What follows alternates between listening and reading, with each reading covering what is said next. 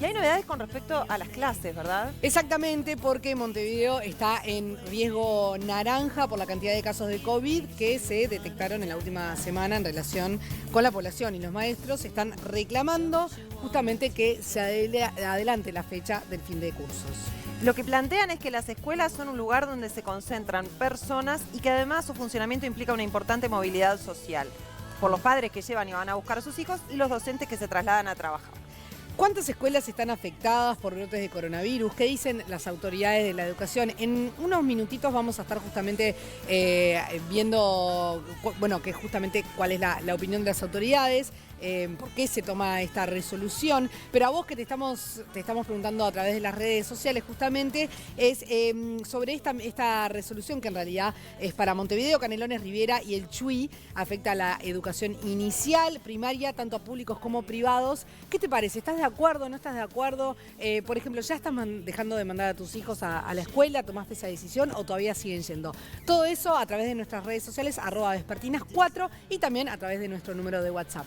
Todo eso. Todo eso. ¿Les parece si vamos a escuchar lo que le decía justamente a Daro, la palabra de los maestros de Montevideo? Vamos a verlo. Vinimos a buscarte porque ibas a entregar una carta a presidencia y en el mismo momento en que me encuentro contigo también nos enteramos de una resolución que tiene que ver con la no obligatoriedad, de alguna manera, de las clases.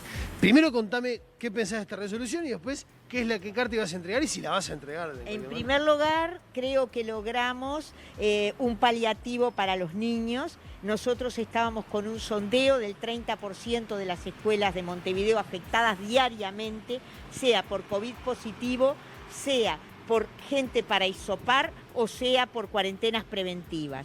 Bueno, se ha declarado no obligatorio. Ahora lo que advertimos es esta discusión que se entabló si queríamos o no queríamos enseñar o si no tenía nada que ver, quedó clarísimo, absolutamente claro. Acá se ven dos cosas en una interpretación primaria.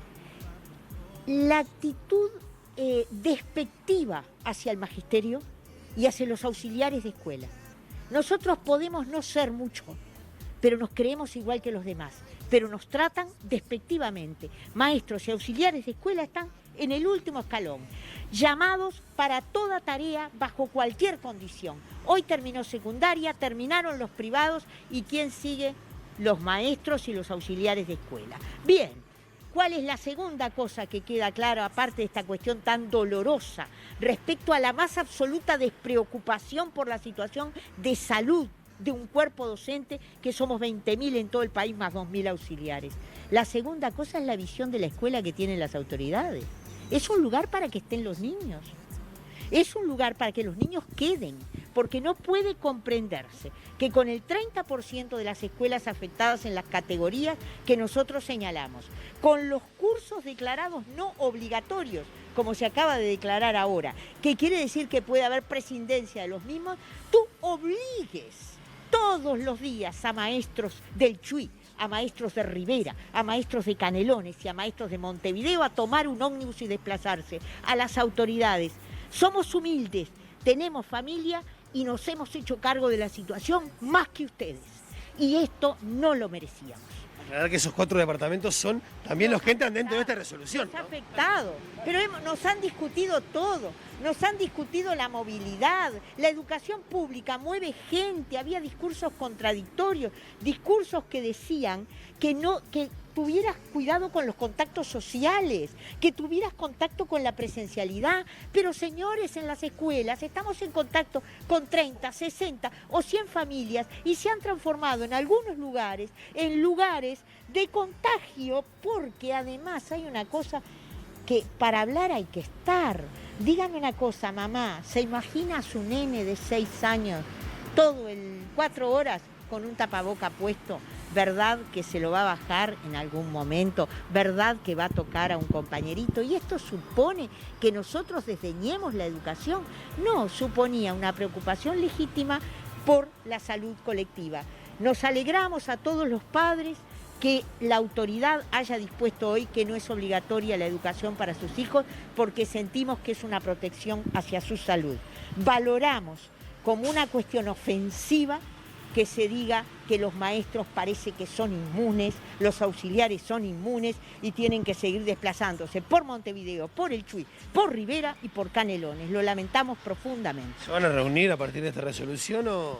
Le vamos a dejar una carta al presidente a ver si existe algún tipo de reconsideración, pero vemos un equipo muy cerrado, en una posición muy dura.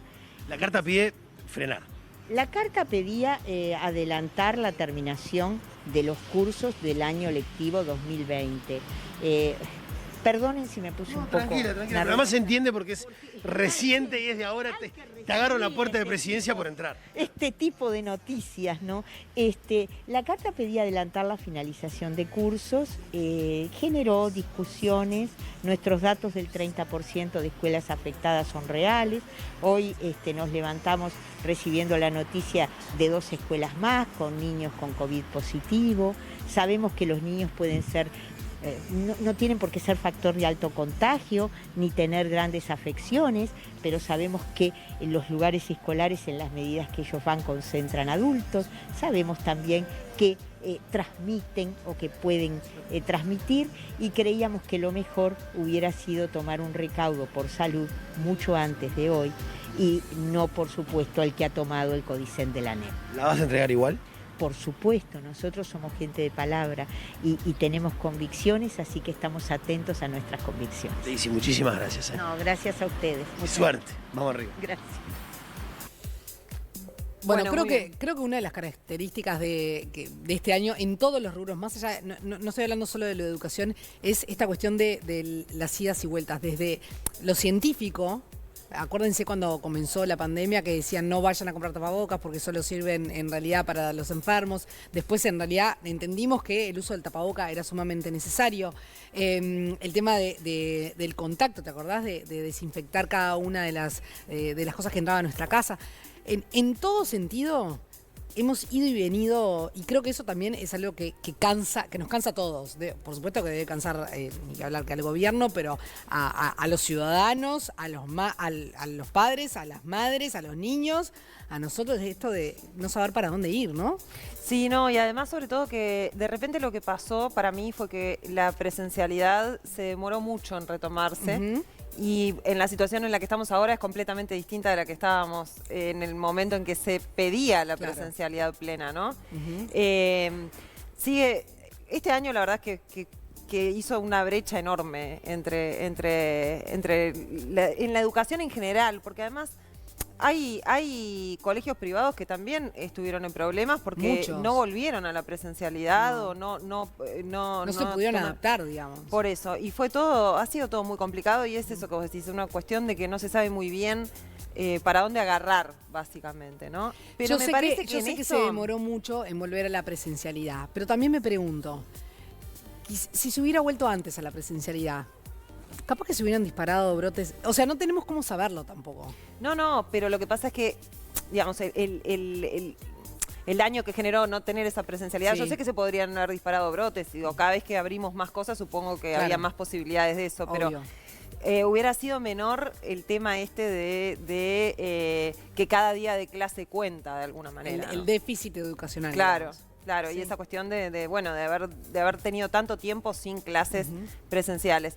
Y no, y la otra cosa es esta cuestión de que hay como una indefinición. Yo entiendo que es muy complejo, ¿no? Pero me da como una sensación de indefinición muchas veces, o de ir para atrás y para adelante, también desde lo que dicen las propias autoridades, Por ¿no? supuesto. Porque ahora Totalmente. están como, digamos, los colegios privados querían cerrar y el Codicen les dijo, miren que no pueden cerrar, ¿no? Bueno, Entonces- de hecho pasó el día de la conferencia, cuando el presidente anunció las medidas que estamos asistiendo ahora, hasta el 18 de diciembre, él comentó que en realidad quería volver a suspender, digamos, la presencialidad, o volver a que se terminaran las clases, o volver a esta cuestión de la educación a distancia, y que entre el ministro de Educación y Robert Silva lo habían convencido de no hacerlo por lo poco que habían tenido clase. Claro, para poder cerrar Para poder algo. cerrar un ciclo. Pero pensemos que solo en Montevideo, de los 135 brotes activos que hay, 14 son en centros educativos. Entonces, va pasando esto, me parece. Creo que es como que la realidad nos va nos está imponiendo un ritmo que ni siquiera podemos poner a tiro. Tal cual. Acá hay alguien que nos pide una aclaración que dice, soy docente de secundaria, les pido que aclaren que nosotros también seguimos hasta el 18, porque la maestra, la docente decía que se terminaban las clases hoy en secundaria, pero en realidad, claro, los docentes tienen que seguir yendo, o sea que en realidad ellos siguen hasta el 18. Y dice, y comparto todo lo dicho por Daisy, pero quería aclarar eso que no estaba bien. Tapabocas con el calor, nosotros también somos inmunes parece, tapabocas con el calor de Salto es inhumano y con una semana de recuperación en secundaria no se hace nada, es un chiste. Hoy es el día, nos apuntan desde producción del trabajador de secundaria, es así, así que les mandamos un saludo a ellos. Pero ¿te acordás cuando empezó la pandemia también? En muchas escuelas públicas los maestros se turnaban, pero tenían que seguir siendo principalmente para entregar viandas. Sí, ¿te acordás? por el tema de la alimentación. Por el tema de la alimentación. Bueno, hablando de eso, eso también es otro tema que... Parece que pasó hace tanto. Sí, ese también es otro tema, ¿no? Las escuelas de tiempo extendido y las que dan alimentación. Hay, parece, Pablo Bartol, el ministro de Desarrollo Social, ya anunció que va a haber algunas medidas de refuerzo de la tarjeta Uruguay Social y también de las canastas, y que van a tratar de resolver este tiempo de no alimentación de la gente que, de los niños que van a escuela pública. Sí. Del verano, ¿no? Porque no sé tampoco cómo va a ser el programa de verano. Y en esta situación, no sé, lo estarán evaluando. Sí, está todo muy complicado, ¿no? Sí, tenemos algunas novedades, bueno, del día de hoy. También les comentábamos al inicio del programa, en los títulos, digamos, que el sindicato dice el 30% de las escuelas de Montevideo tienen casos positivos. Por otro lado, hay un dato que preocupa mucho a nivel de gobierno, que hay 700 personas sin rastrear, es decir, que todavía no se contactó a sus contactos. Y esto es un tema porque pueden ser así, o sea, algunos quizás tengan algún tipo de síntoma y se estén en sus casas haciendo cuarentena, pero los asintomáticos, ¿no? Es como el problema de siempre, que no se sienten mal y obviamente no saben que No saben pueden que tenerlo, claro, o lo que sea, y bueno, andan por ahí. Sí, ese es el tema de los rastreadores también, ¿no? Que iban a subir el número de rastreadores, pero no sé cuándo van a efectivizar empezaron, eso, ¿no? en realidad. Empezaron a sumar, pero todavía, o sea, para lo que se pretende y para la cantidad de test Sí, para que se están haciendo y la cantidad de positivos que estamos teniendo, es necesario sumar más gente, ¿no? Sí, para totalmente.